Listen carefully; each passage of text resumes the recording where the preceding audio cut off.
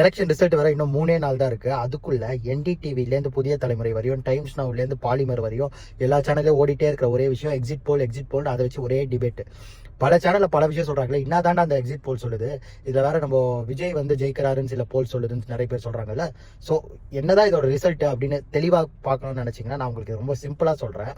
இதுவரையும் அஸ்ஸாம், கேரளா, பாண்டிச்சேரி, வெஸ்ட் பெங்கால், தமிழ்நாடு இந்த ஸ்டேட்ஸுக்கெல்லாம் ஆன எலெக்ஷனுக்கு எக்ஸிட் போல் ரிசல்ட் வந்திருக்கு. அதில் தமிழ்நாடு தவிர மீதி எல்லா ஸ்டேட்ஸ்க்கும் வந்த எக்ஸிட் போல் ரிசல்ட்ஸ் வந்து கரெக்டாக ஒரு யூனிடைரக்ஷனலாக இவங்க தான் ஜெயிக்க போகிறாங்கன்ற மாதிரி காமிக்குது. தமிழ்நாட்டுக்கு மட்டும் 8 எக்ஸிட் போல் ரிசல்ட்டு, அந்த 8 எக்ஸிட் போல் ரிசல்ட்டும் குழப்புது பயங்கரமாக. இந்த பொலிட்டிக்கல் அனலிஸ்ட்னு சொல்கிறாங்க பற்றி, அவங்களால கூட இதை பார்த்து ரிசல்ட் என்னன்னு ப்ரிடிக்ட் பண்ண முடியல. அந்த எக்ஸிட் போல் என்ன சொல்லுதுன்னா, 8 எக்ஸிட் போல்ல 5 எக்ஸிட் போல் வந்து டிஎம்கே மெஜாரிட்டியில் வின் பண்ணணும்னு சொல்லுது. அதாவது 118 எடுத்தாலே மெஜாரிட்டி, இவங்க எல்லாம் வந்து 120லேருந்து 168 வரையும் சீட் வின் பண்ணுற மாதிரி 5 எக்ஸிட் போல் சொல்லுது தமிழ்நாடோட எக்ஸிட் போல்ஸ். 2 எக்ஸிட் போல் வந்து ஏஐடிஎம்கே அலையன்ஸ் ஜெயிக்கும்னு சொல்லுது. ஒன்று வந்து ஓட் ஒய், இன்னொன்று வந்து ஜேவிசி. ரெண்டுமே ரொம்ப பாப்புலரான போஸ்ட் போல் எக்ஸிட் போல்ஸ். அவங்க எவ்வளோ ஜெயிப்போம்னு சொல்கிறாங்கன்னா 114லேருந்து 147 வரையும் ஏஐடிஎம்கே ஜெயிக்கும் அப்படின்னு சொல்கிறாங்க. இதுலயே வந்த ஷாக்கரான விஷயம், அதாவது விஜய் ஜெயிப்பாரான்னு நீங்க கேட்குறீங்க, எதிர்பார்க்குறீங்கன்னா, ஆக்சிஸ் மை இந்தியான்னு ஒரு எக்ஸிட் போல் வந்திருக்குங்க.